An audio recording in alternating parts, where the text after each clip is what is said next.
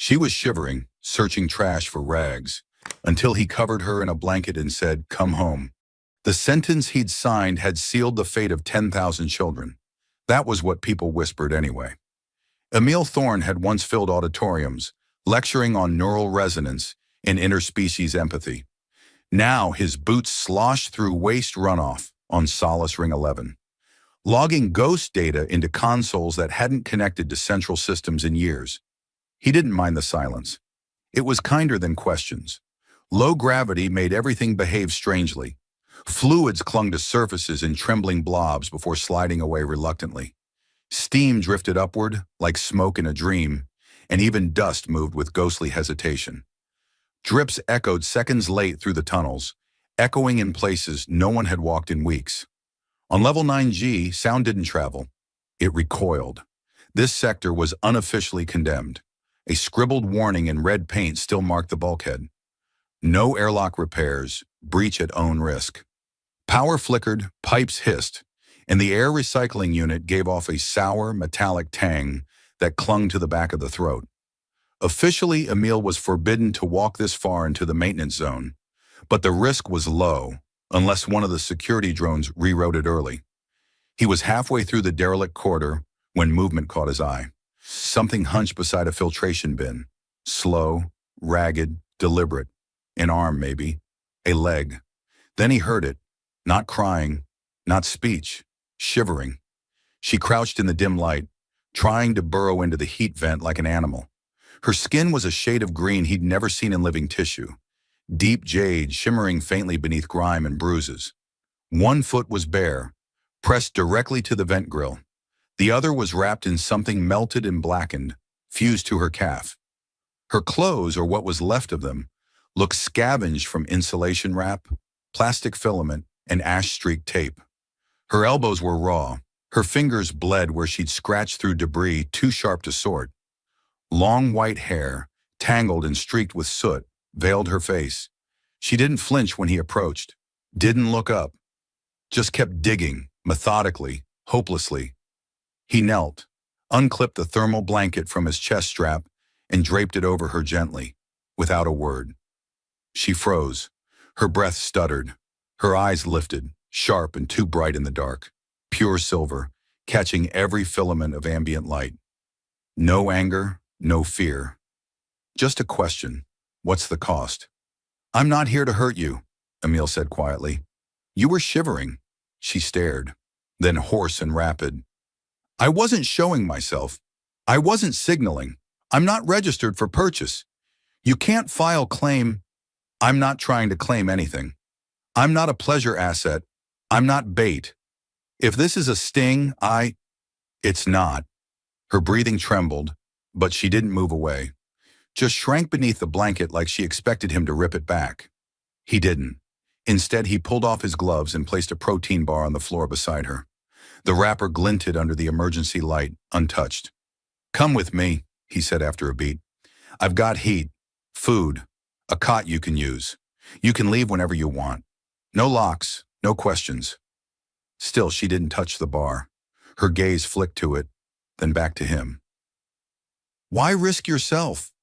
That made him pause. Her voice wasn't angry. It was flat, desperate to believe he was lying. The kind of voice that had learned long ago kindness meant payment, that shelter meant trade. His throat tightened. "I used to study people like you," he admitted. "Watch them from behind glass. I measured their silence, wrote papers on how they flinched." Her expression didn't change. "I never asked if they wanted to be there," he added. A sound cracked overhead. Just a vent cycling, but her shoulders jerked reflexively. Trauma response, not nerves. Programmed stillness, now frayed. Emil glanced down the corridor. His HUD pinged a proximity warning. Security drone sweep in 15 minutes. His ID wouldn't cover her presence here. He glanced back at her.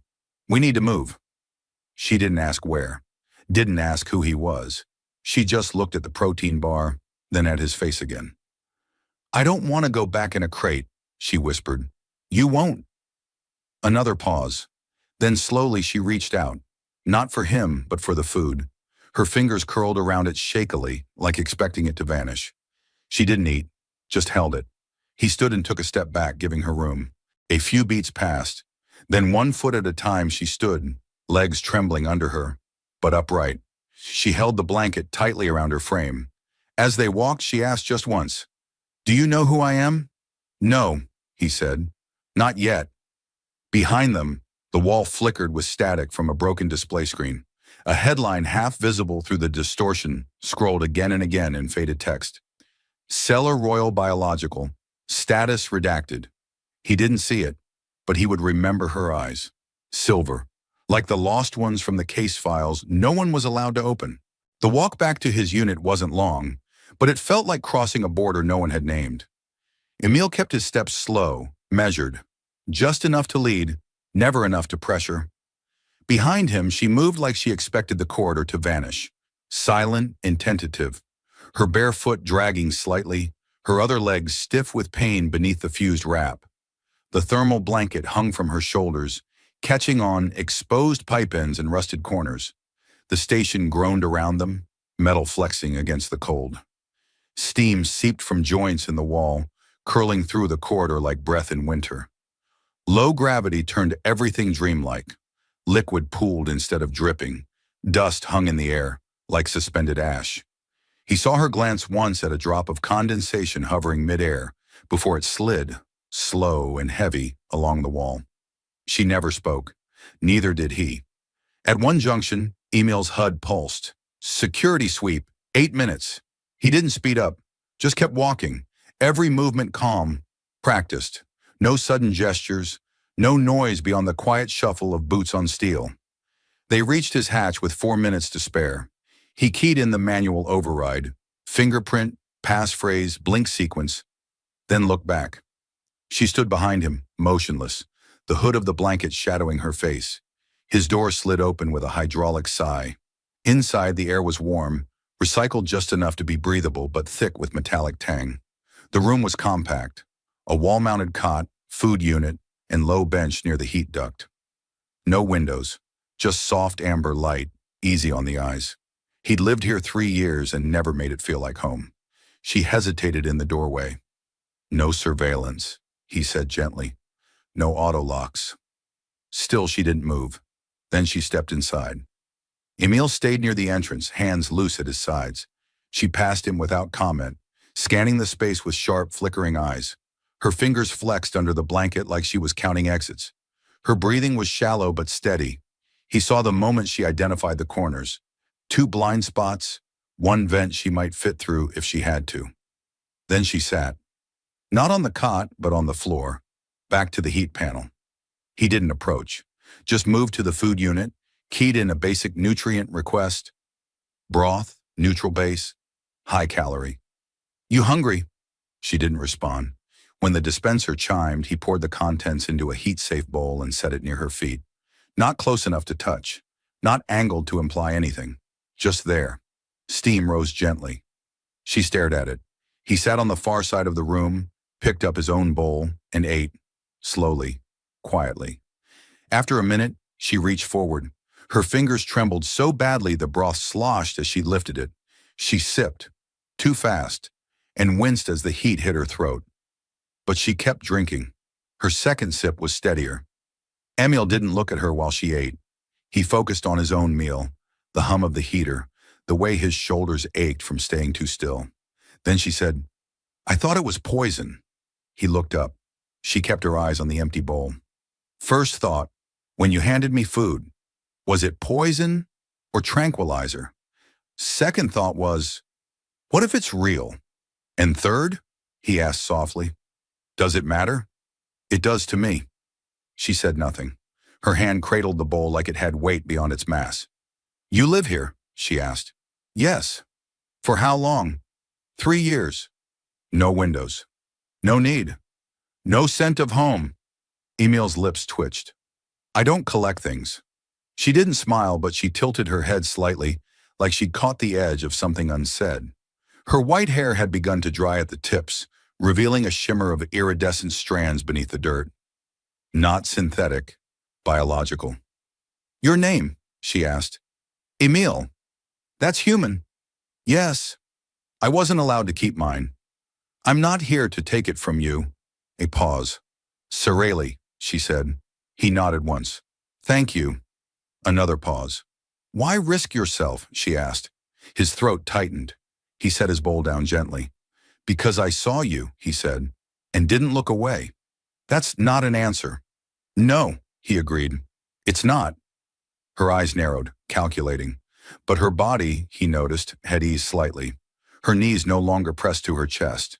Her hand had loosened around the bowl. You're not afraid I'll steal from you? No. Kill you? No. Report you? I've already broken protocol. She watched him for a long time. You talk like you used to be someone important, she said. I was, he said, until I thought understanding someone gave me the right to define them. She blinked slowly. That apparently she understood. Emil stood and pulled down a folded blanket from a shelf above the cot. He laid it out across the mattress, smoothed the wrinkles. I'll sleep on the mat, he said. You take the cot. You can leave whenever you want, or stay. I won't touch you. Soreli didn't move. He turned off the overhead light, leaving the faint glow from the heat duct. Then he lay on the mat facing the wall, hands under his head, listening. Nothing. Then a quiet shift. Fabric brushing fabric. A step. The cot creaked. She didn't lie down right away. Just sat. Then gradually the sound of her breath changed. Slower. Fuller. I don't remember the last time I chose where to sleep, she whispered. You did tonight. Another silence. Then softer. Will it cost me later? No, Emil said. It won't. And for the first time in years, he believed it. When Emil woke, it was to the sound of breathing that wasn't his. For a moment, he didn't move. The warmth from the floor mat lingered in his limbs, and the quiet around him was thick, almost padded. No alarm, no voice feed, no intrusions from the comm relay. Just the sound of soft, steady inhalation, the kind of sleep that only came when someone stopped expecting pain. He turned his head slowly. Soreli was curled on the cot, her knees tucked to her chest beneath the thermal blanket. A strand of her long white hair had fallen across her cheek. She was facing him, though he doubted she was aware of it. Her mouth parted slightly with each breath, and her fingers were balled in the fabric like she feared it might vanish if she let go. He sat up, moved quietly to the food unit and keyed in 2 more servings. This time, warmed nutrient wraps and protein tea. It was still early. Too early for foot traffic or drone patrols. The quiet had not yet broken. When the scent reached her, Soreli stirred. Her eyes opened fast, wide and clear. Not fogged with sleep, trained by fear. She scanned the room, found him, assessed the door. Her hand went to her side instinctively, where a weapon might have once been. You slept, he said gently, not moving. She blinked. I didn't mean to. That's okay. Soreli sat up slowly, still wrapped in the blanket. She didn't speak again until she caught the steam curling from the teacup beside her. Is that for me? Yes. Why? Because hunger doesn't make you easier to control. She stared at him for a long second, then silently reached for the cup. This time she drank slower. The first bite of food made her pause mid-chew. She swallowed hard. Her throat moved like it wasn't used to functioning under warmth, like even digestion had been taught to shrink. You said you studied people like me, she said. I did. Did we seem broken? Emil hesitated. No, he said at last. You seemed abandoned. Her hand tightened around the tea. She didn't respond. Where were you before? He asked. Silence. I'm not asking for details, he added. Only what you want to say. She looked down at her food, then back up. There were buyers, she said. One bought, one didn't. One tried, one took. I kept being transferred. I malfunctioned once, disobeyed a sleep command. That's when they left me. No new handlers came. Emil stayed quiet. I asked a man once for food, she said. He laughed. He gave me something. It was a tube of cleanser, industrial. I drank it because I thought it was nutrition paste. Her voice didn't tremble. It was too dry for that, like all the water in her soul had already been burned out. He looked at her directly. I'm sorry. She blinked, slow. You weren't there. I was in a way. I taught people how to see suffering, And I never asked if they caused it after the exam ended. She tilted her head. So this is redemption? No, he said quietly. This is repair. Sorelli looked at him a long time, then turned away, but her body didn't tense. That was something. Later that day, he let her shower. He set the timer, explained how the temperature controls worked, and stepped out. When she emerged, wrapped in the dry half of the blanket, steam trailing from her skin, her hair looked almost like spun glass. Clean, she looked even less human, but somehow more whole. She didn't speak as she passed him, but she didn't avoid his gaze. That night, she asked if she could sit near the heater. He nodded, sat with her. They didn't touch. But when she fell asleep sitting up, her head dipped slightly toward him, he didn't move away. And in the half-light of the failing habitat ring, Emil didn't feel like a failure. For the first time in years, he felt like a man. The first time Sorelli reached for him without flinching, it wasn't for comfort, it was to steady herself. She'd stepped out of the cleanser unit too fast, knees locking as she shifted her weight. The warmth of the water had loosened something in her muscles, but it left her legs shaky, unfamiliar. Her hand brushed his chest to catch balance, and she immediately recoiled like she'd burned herself. Emil didn't move, didn't react, just stood there with the towel still in his hands, waiting.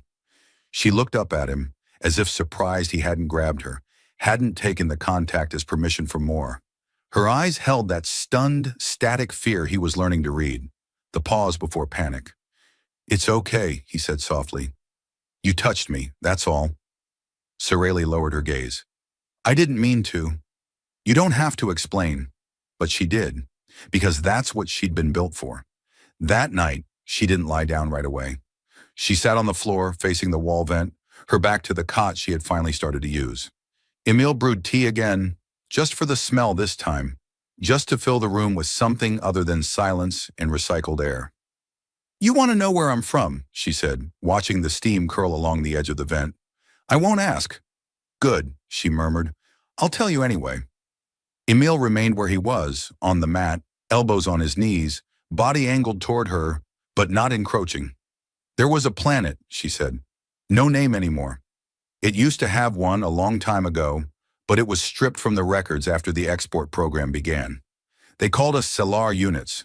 Not species, not people. Units. He felt the name land like a coded strike. Cellar. He'd seen it once, buried in a sealed file, behind 2 levels of biometric clearance. They bred us in sequence, she went on. Generations layered through synthetic gestation. Beauty, obedience, pain resistance. The triple sequence. We weren't born to mothers. We were issued.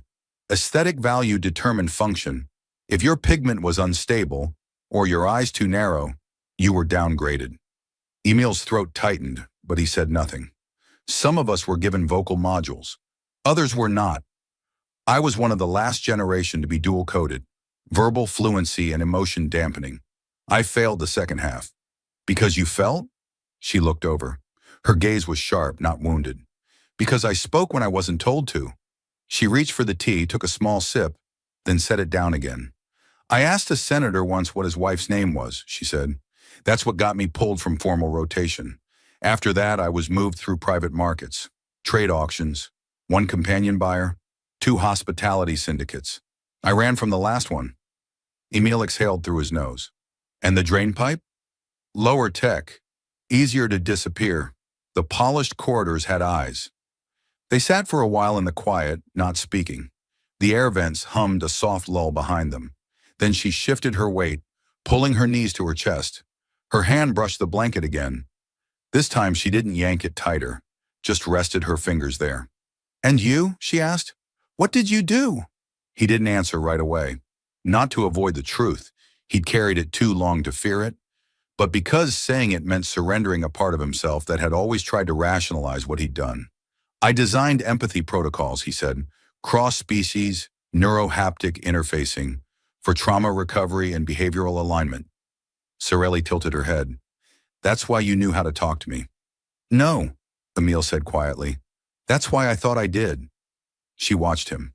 I didn't understand you, he went on. Not really.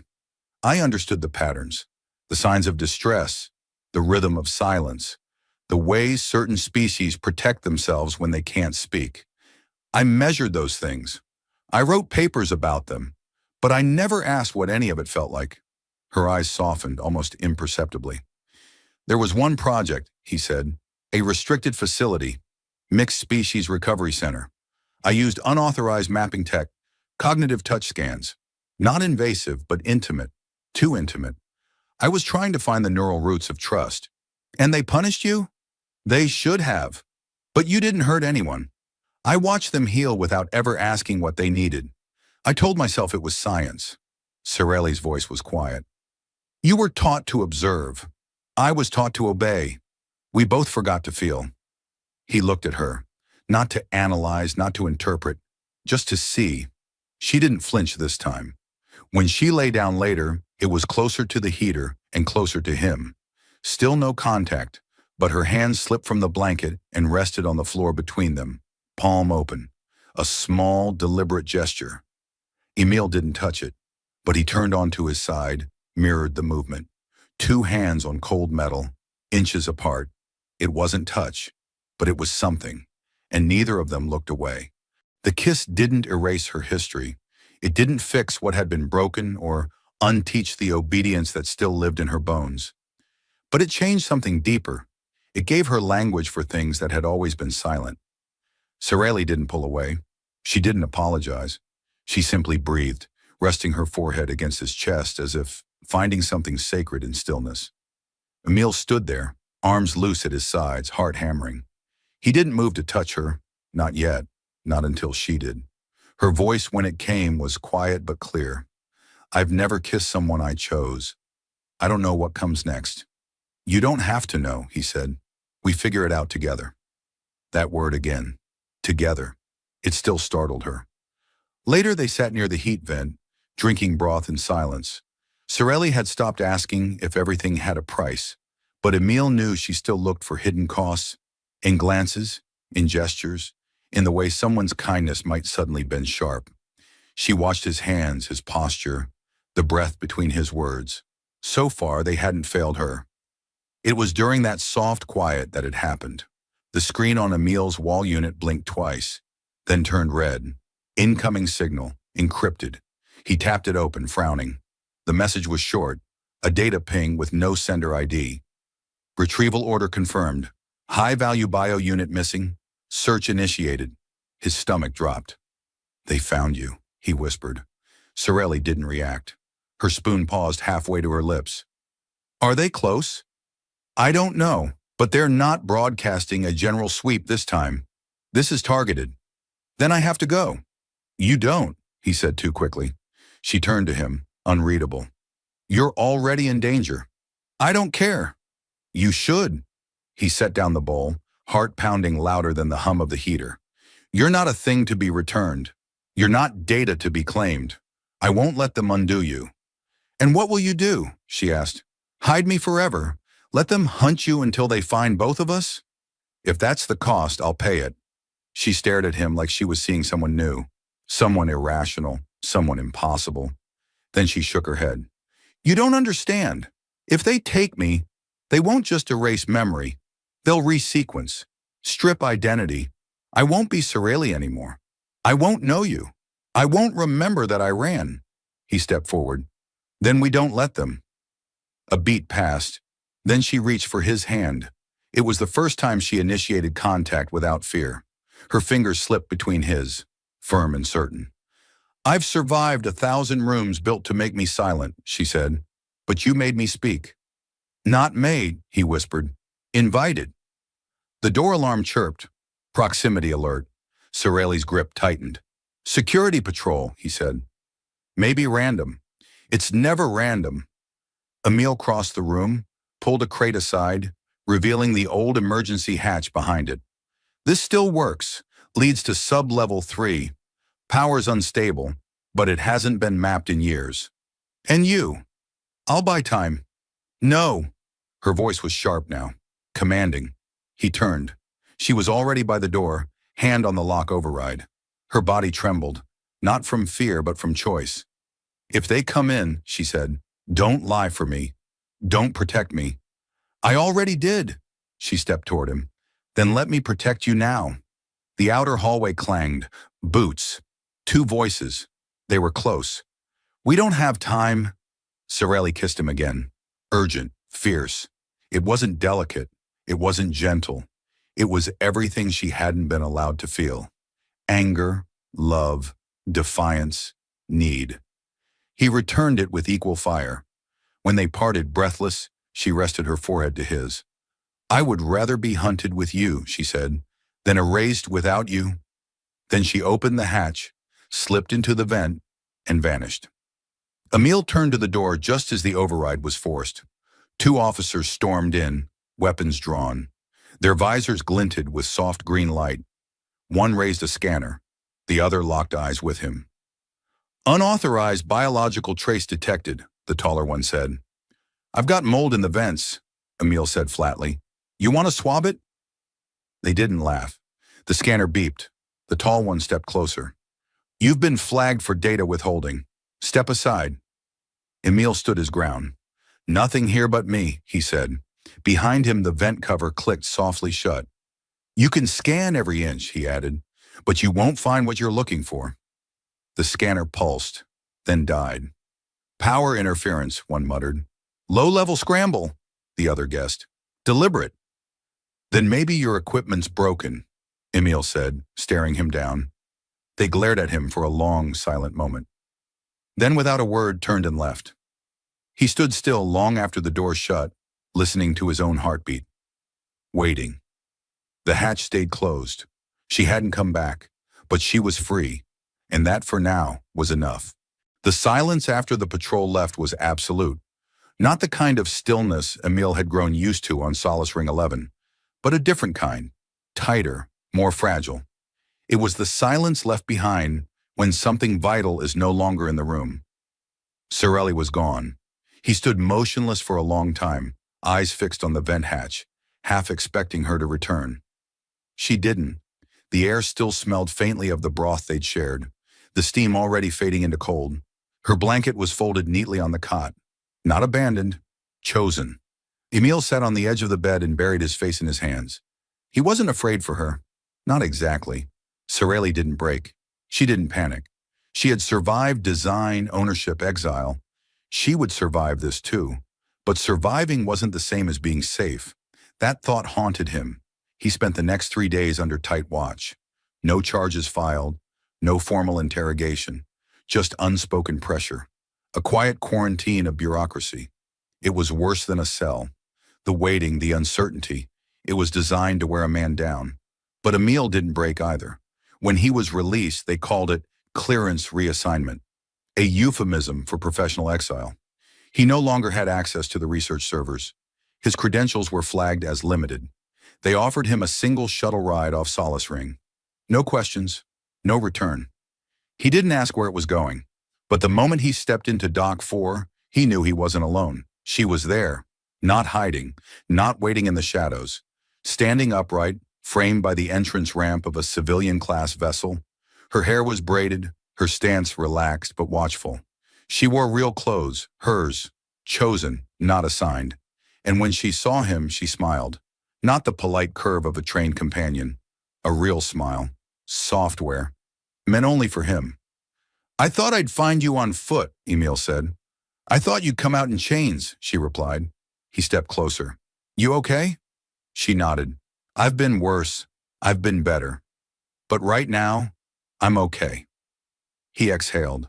The tension in his chest, the weight of uncertainty finally loosened. How did you? A contact from the lower rings owed me a favor, she said. I cashed it in. Got a ship. Got registered. They let you file identity. They couldn't stop me. Not after what you did. The investigation backfired. Too much attention. Too many data holes. They covered it up instead. Emil stared at her. You planned this. I hoped for it. She held out a datapad. A form blinked on the screen. Civilian partnership application. Her name already filled in. I forged nothing. I ran no code. This is legal. They'll honor it if we both sign. He took the pad, scanned the lines, looked up at her. You're serious? Deadly? Emil's throat tightened. You don't have to do this. I know. You could live free, alone, safe. I don't want to be safe, she said. I want to be known. His hands were shaking slightly as he reached for the stylus. She stopped him. Don't do this for me, she said. Do it for you. Because if I'm yours, then you're mine. He met her gaze, then he signed. The console pinged. Confirmation accepted. The bond was official. When the ship lifted off, the artificial gravity adjusted slowly. Emil didn't even notice. He sat beside her on the narrow bench, their knees touching, the future uncertain, but theirs. She reached for his hand. This time, neither of them let go. The stars outside the viewport didn't shine. They burned, distant, pulsing, indifferent. Sorelli watched them in silence, her body still beneath the thin blanket that rested on her lap. The ship's cabin was quiet, except for the soft thrum of the engines and the occasional metallic creak as the vessel adjusted to drift speed. Emil sat beside her, elbow against the narrow armrest, head tilted back against the wall. They hadn't spoken much since liftoff, not because there was nothing to say, but because they both knew silence wasn't empty anymore. It was shared. She turned slightly toward him. We're really not going back. No, he said, eyes half closed. Not unless we want to. The console behind them hummed. The bond confirmation had gone through. They were registered now, not as guardian and dependent, not as patient and protector. Just two people who'd chosen to be seen as one unit in a galaxy that rarely allowed such things. Sorelli leaned her head against his shoulder, slow and deliberate. No flinch, no hesitation, just warmth. For a long time, neither of them moved. Then softly she spoke. Do you remember the first thing I said to you? He smiled faintly.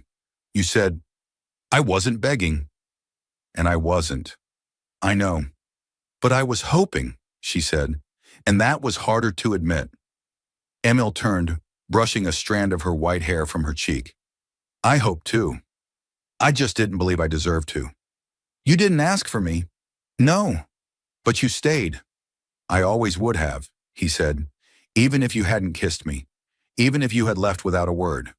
Her voice dropped to a murmur. I almost did. He didn't press. He didn't ask why she hadn't. Instead, he let his hand find hers. Their fingers twined together slowly, like vines seeking warmth. I used to think I was made to be quiet, she whispered, to be pretty and still and nothing else. But you didn't see me that way. I saw someone who wanted to choose. I saw someone who didn't treat silence as surrender. He looked at her then, not just with love, but with certainty. You've always been more than what they made you for. She breathed deeply, letting the words settle like gravity around her bones. I used to be afraid of sleep, she said. Now I just rest. You're safe here. She smiled again, smaller this time, but real, and she believed him.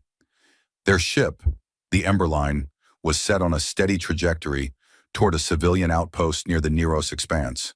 Quiet, out of reach, legally neutral. They'd filed for a joint resettlement visa. It would take weeks to process, months to clear them for land rights. They didn't care. They had time now. In the weeks that followed, the days blurred gently. Quiet meals, long walks through the cargo bay, Sorelli experimenting with small pleasures, hot drinks, loose clothes, music played low. Emil repaired the comm array by hand. She insisted on helping, despite having never held a soldering wand before. He taught her, patiently. She learned fast.